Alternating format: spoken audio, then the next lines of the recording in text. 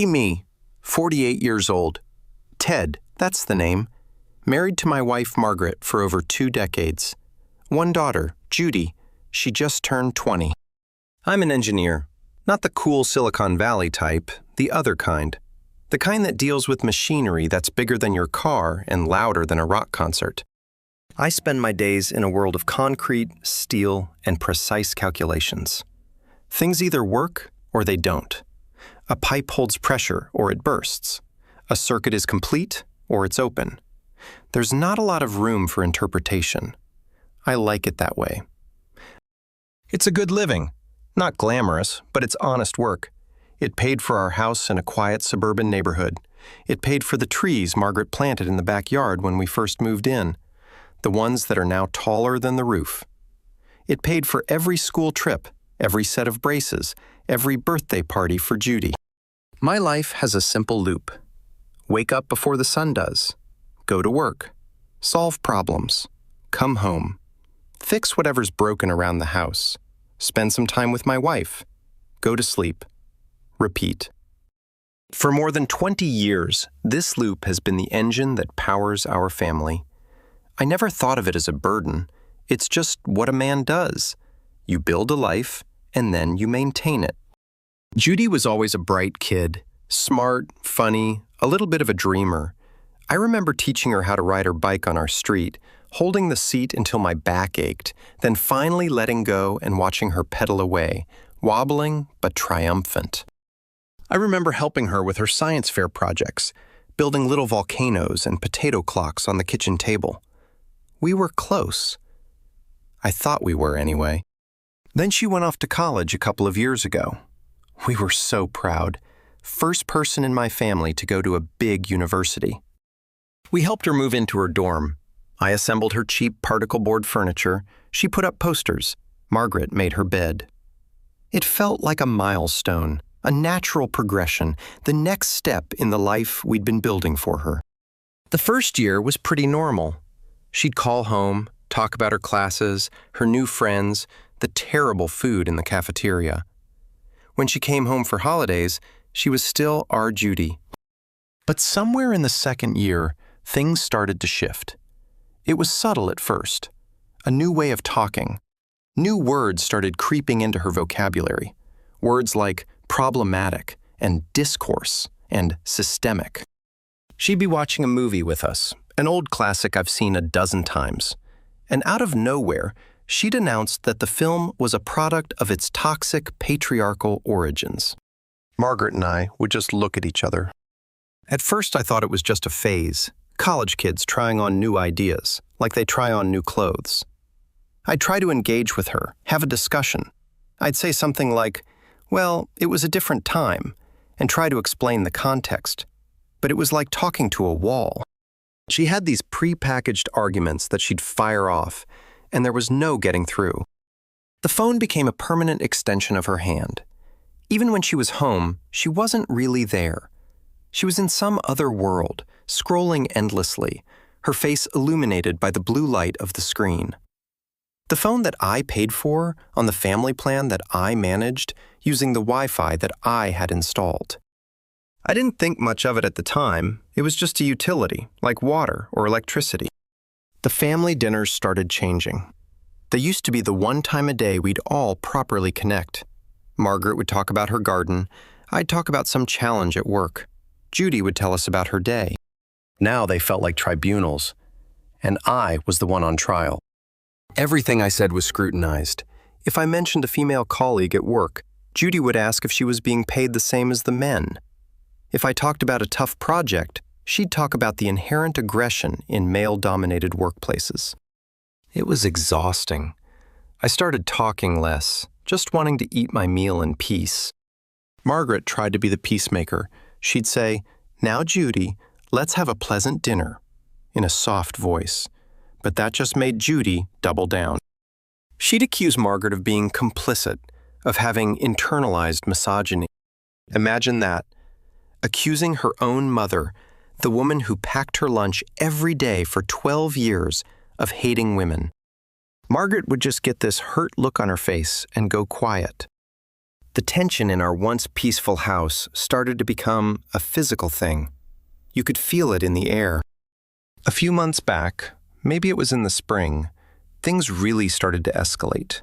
Her car, a 10-year-old sedan I'd bought her so she could get to her part-time job and come home on weekends, suddenly became a monument to fossil-fueled patriarchal dominance. I had spent a whole weekend fixing the brakes on that car. I checked the oil, rotated the tires. I did it because I wanted her to be safe. And here she was reciting some slogan she'd read online. I tried to be patient. I really did.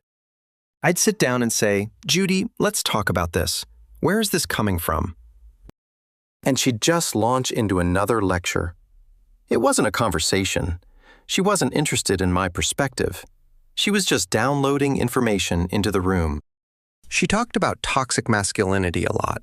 According to her, pretty much everything I did fell under this category. Working hard to provide for my family. That was me performing a toxic gender role to assert my dominance. Teaching her how to check her own tire pressure. I was imposing a masculine framework on a simple task. Fixing the leaky faucet in the bathroom. I was reinforcing the stereotype that men are the only capable ones in the house. It was insane. I was just being a husband and a father. I was doing the things my own dad taught me to do. You take care of your home. You take care of your family. It's not complicated.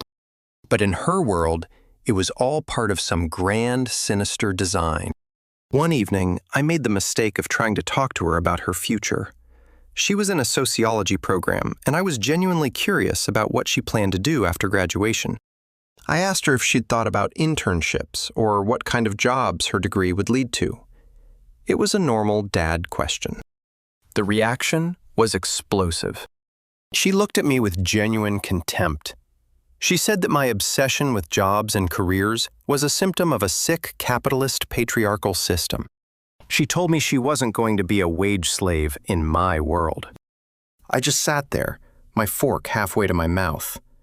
I asked, "So, what is the plan then? How are you going to support yourself?"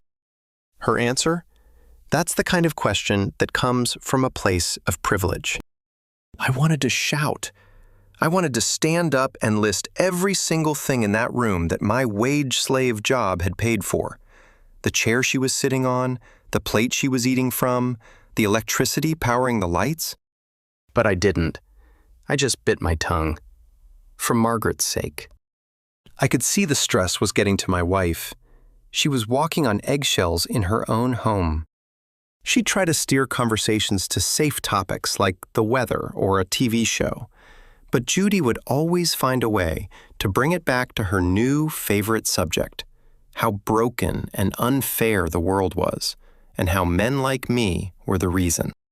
The real kicker, the thing that truly baffled me, was the complete lack of self-awareness. She would sit there, typing furiously on a brand new laptop that I bought her for school, complaining about capitalism. She would wear expensive clothes that Margaret had picked out for her and talk about the evils of consumer culture. She would condemn every aspect of my life while simultaneously reaping every single benefit of it. It felt like a betrayal. Not a dramatic, overt one, but a slow, creeping one. Like the daughter I knew was being replaced by a stranger.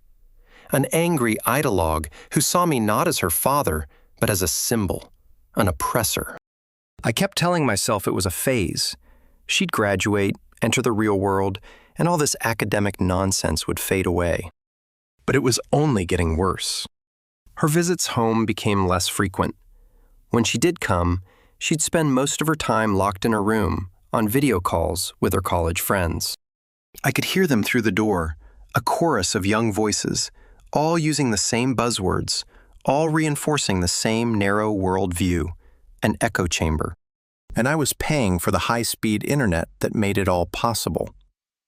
The irony was so thick you could cut it with a knife. The breaking point came a few weeks ago on a Friday. I'd had an incredibly difficult week at work.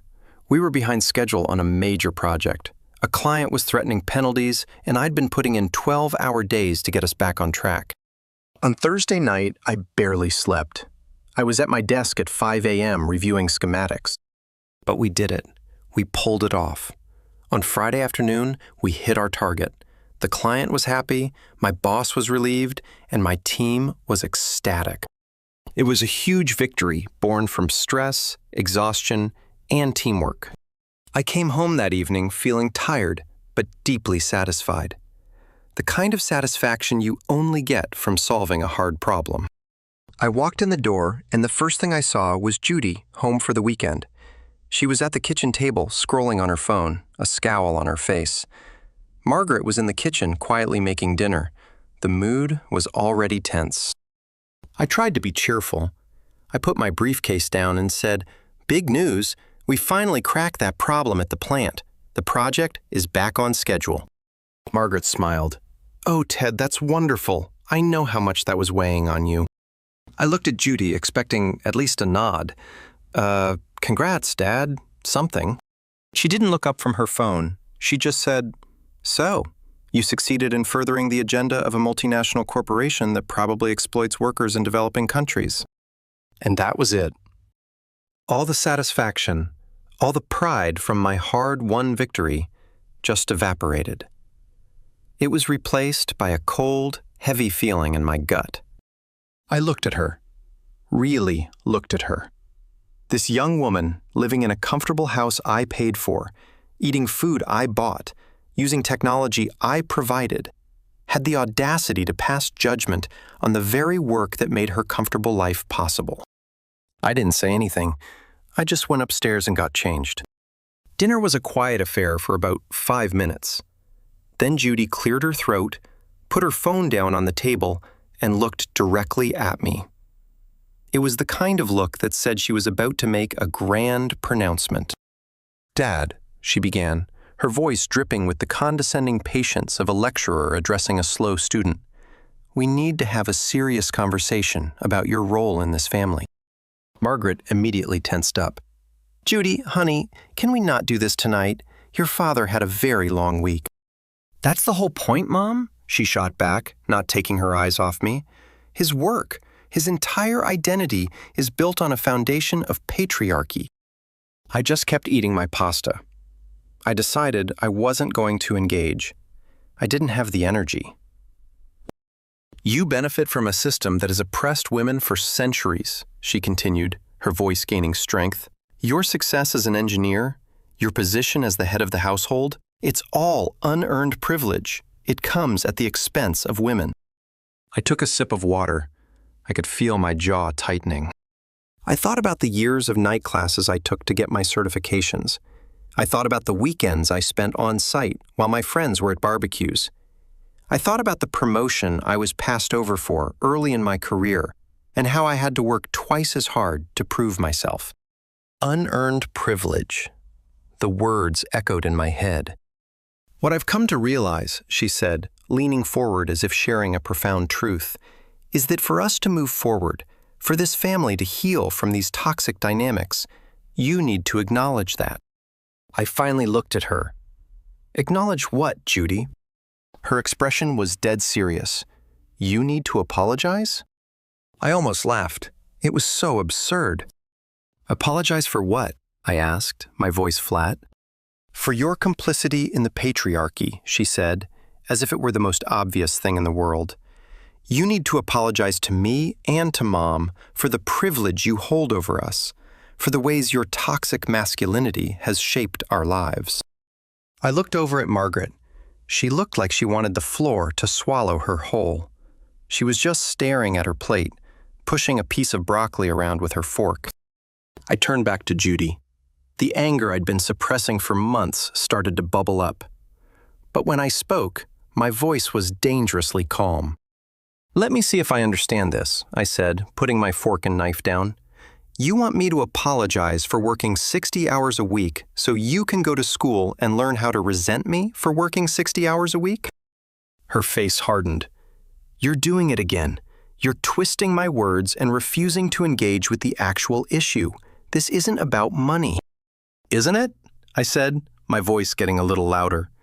"This whole house is about money.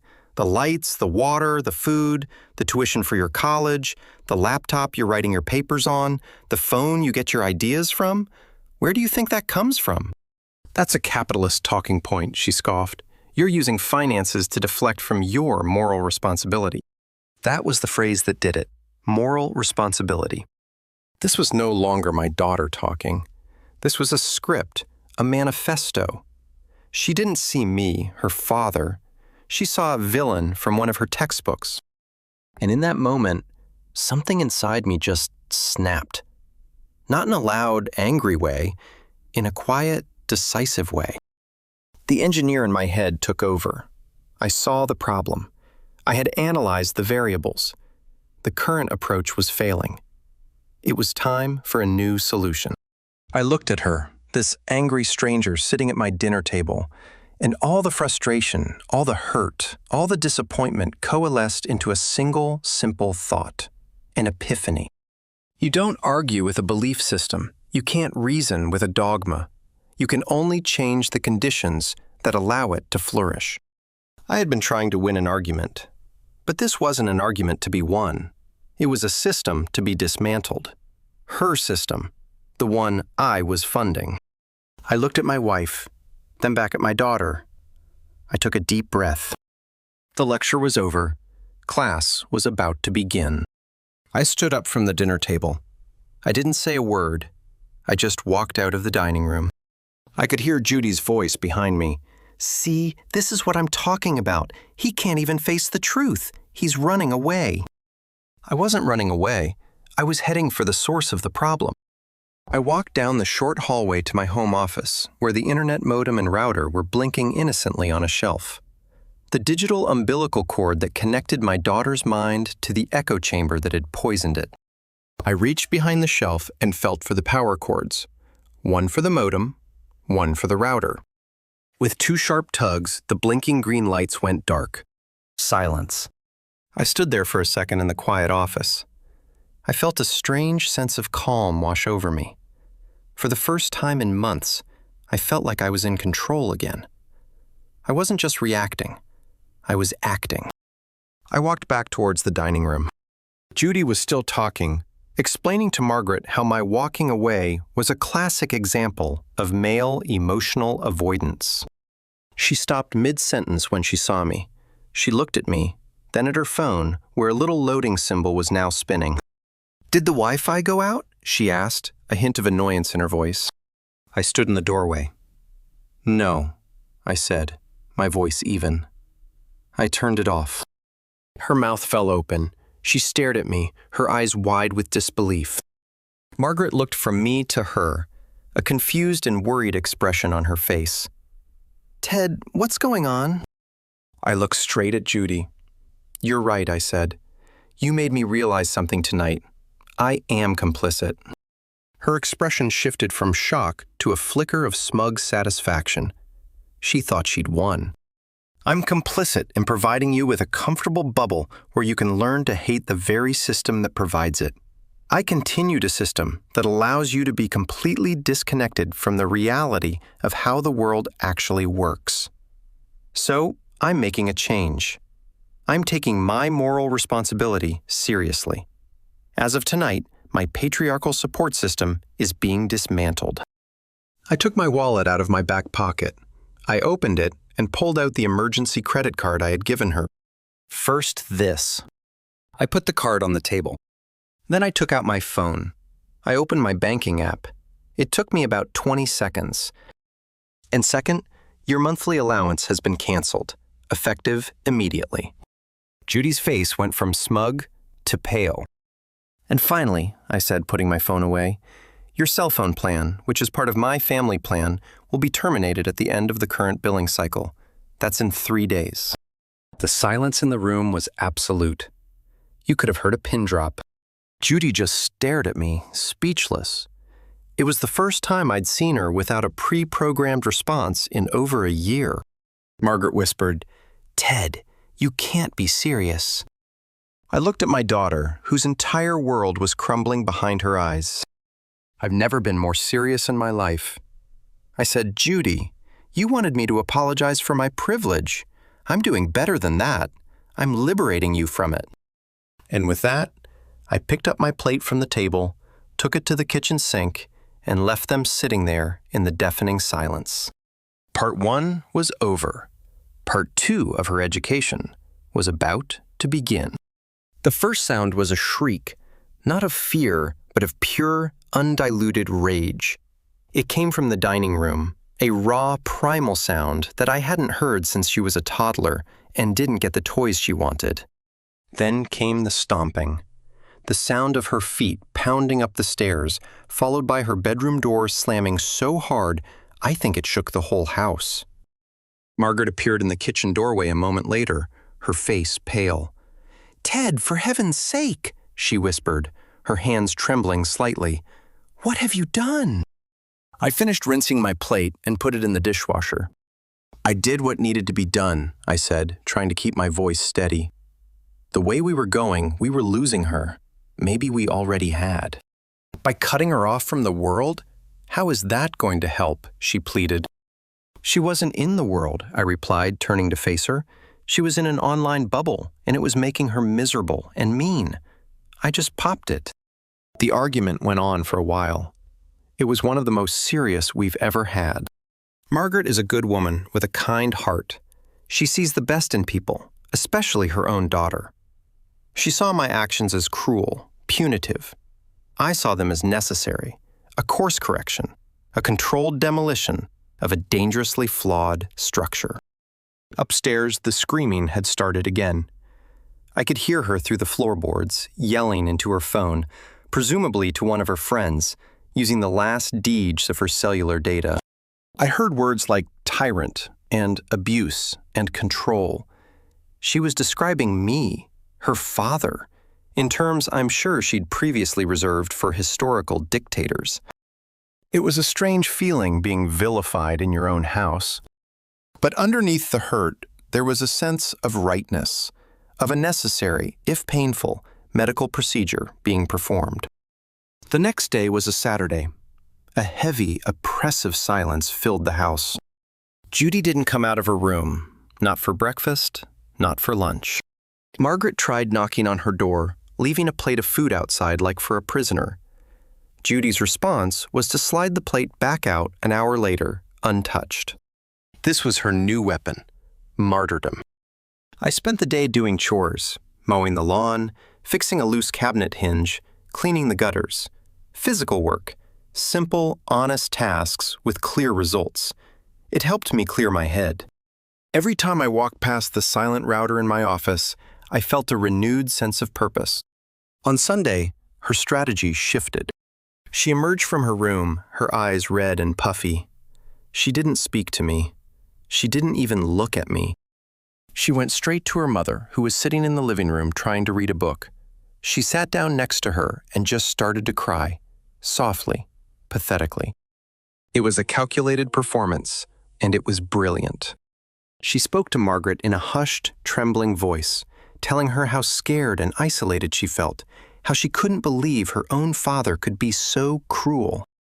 She was trying to divide us, to turn my wife against me. I stayed in the kitchen drinking my coffee, listening to the whole thing. Margaret was wavering. I could hear it in her voice as she tried to comfort Judy. Later that evening, after Judy had retreated back to her room, Margaret came to me. "Ted, maybe you could just turn the internet back on," she suggested. "Just for a little while. This is breaking her heart." "It's not her heart that's broken," I said. "It's her addiction, and we're going through withdrawal. We have to stay the course." I explained my thinking again, calmly, rationally. I told her, she's been living on a diet of pure poison, and we've been paying the grocery bill. That has to stop. We have to let the poison get out of her system. She didn't like it, but she didn't argue further. I think deep down, she knew I was right. Monday was the big day, the end of the billing cycle. I didn't have to do anything. The system was automated. At some point in the afternoon, her phone, which had already been without Wi-Fi for 2.5 days, lost its data connection entirely.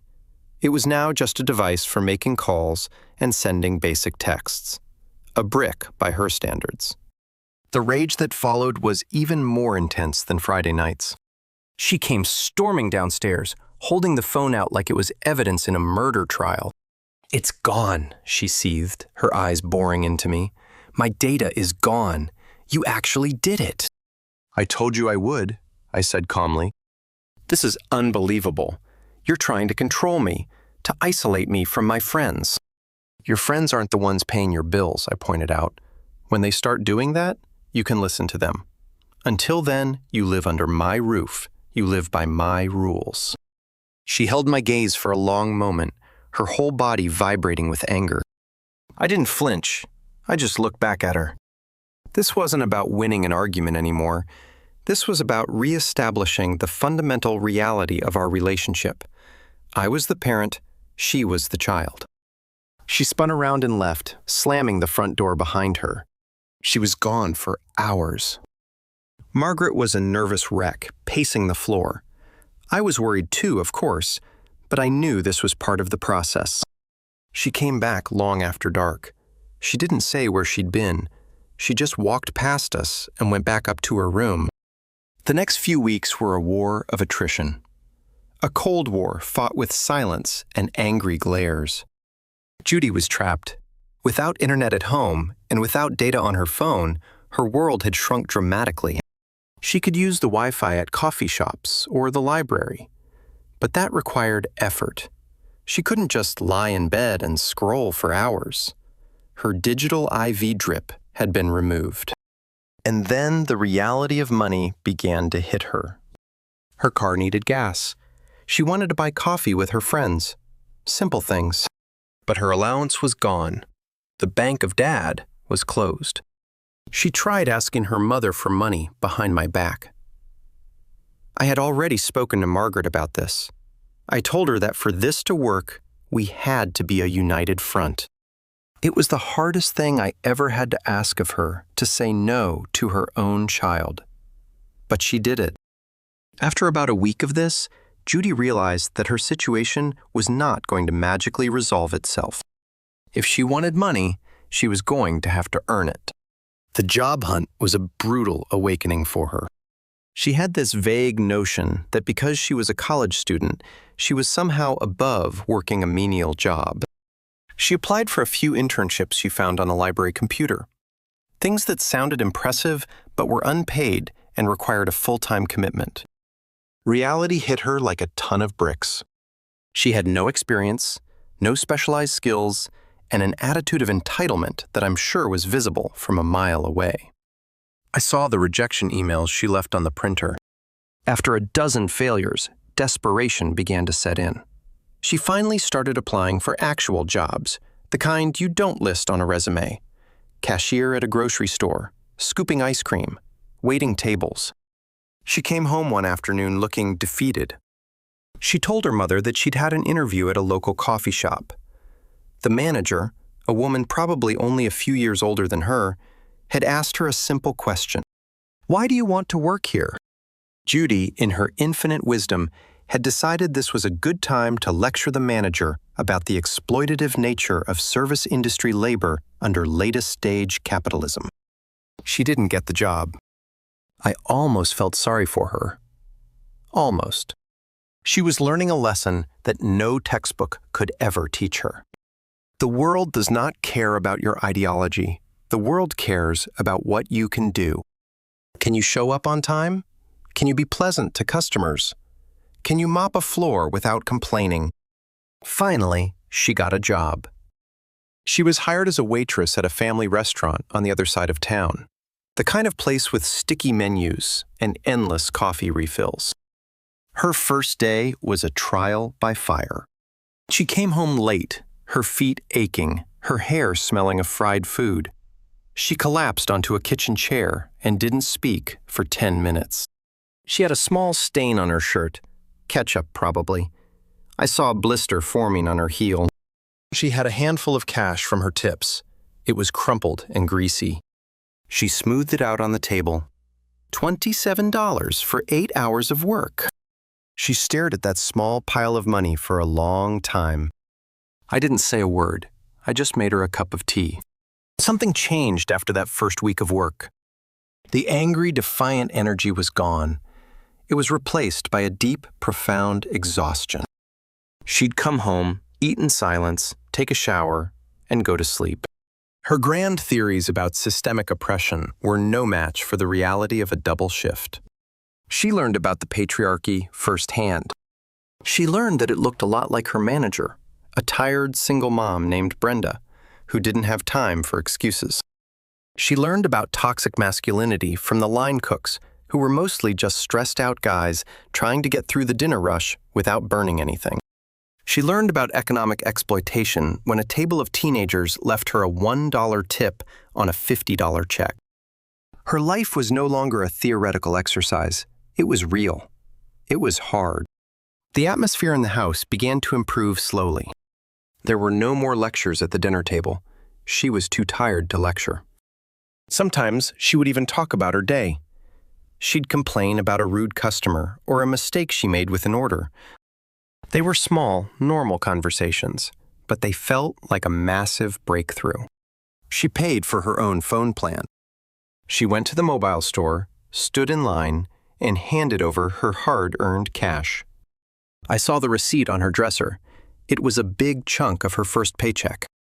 The look on her face when she realized that was the price of being connected, it was something to see. A few more months passed. A routine developed: school, work, sleep. She was still Judy. She still had her opinions, but they were quieter now, less certain, tempered by experience. The turning point, the real one, came one night in the fall. I was in the garage changing the oil in her car. It's something I'd always done for her. She came out to get something and saw me under the hood. She just stood there for a minute watching me. I finished up, wiped my hands on a rag, and started to put my tools away. "You know," she said, her voice quiet, "you don't have to do that." "It's fine," I said. "It needs to be done." "No, I mean," she hesitated. "I can pay to get it done at a shop now." I stopped what I was doing and looked at her. "I know," I said, "but a shop would charge you $70. This cost me 20 minutes and a bit of oil. It's more efficient." She didn't move. She was looking at my hands, which were covered in grease. "I was a jerk," she said so quietly I almost didn't hear it. I waited. "That night," she clarified at dinner, "all those times before, I didn't get it," she stammered. "I was reading all this stuff and it all made sense in my head, a simple explanation for everything, but it's not simple, is it?" She shook her head, looking at the garage floor. "No, it's not. I was disrespectful to you and to Mom. I took everything for granted. The house, the money, everything. I'm sorry." It wasn't a surrender. She wasn't renouncing her entire belief system. It was something better. It was an acknowledgement, a recognition of a reality beyond her theories. It was the apology I had actually wanted all along. Not for being a man, but for her being an ungrateful child. "I know," I said, and I put a hand on her shoulder. We stood there for a moment in the quiet garage, smelling the faint scent of oil and gasoline. It felt like the fever had finally broken.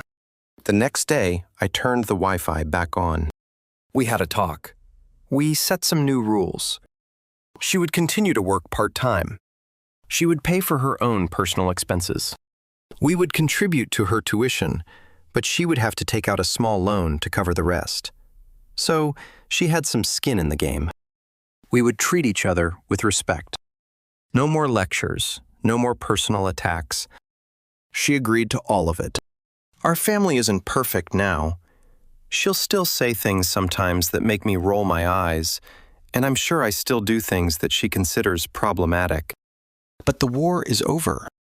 She sees me as her father again, not as a symbol, not as a political construct, but as the guy who works hard, who pays the bills, who knows how to change her oil. I didn't destroy her worldview. I just forced it to collide with the real world. And in the process, I think I got my daughter.